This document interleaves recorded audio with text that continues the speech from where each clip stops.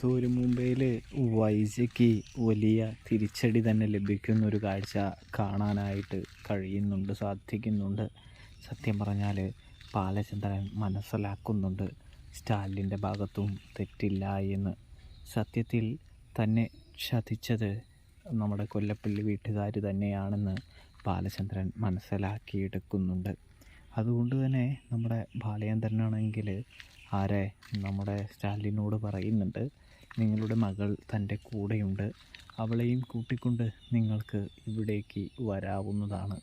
അതുകൊണ്ട് തന്നെ നിങ്ങളൊരു കാര്യം ചെയ്യണം, എൻ്റെ കൂടെ ഇപ്പോൾ വരണം എന്ന് പറയുന്നത് കാണാനായിട്ട് സാധിക്കും. ഇതേ സമയം സ്റ്റാലിൻ വരാമെന്ന് പറയുന്നതും അങ്ങനെ അലീനയും കാണിച്ചു കൊടുക്കുന്നതും തുടർന്ന് വൈജയന്തിയുടെ മുൻപിലേക്ക് പോകുന്നതും കാണാനായിട്ട് സാധിക്കുന്നുണ്ട് പ്രേക്ഷകരെ.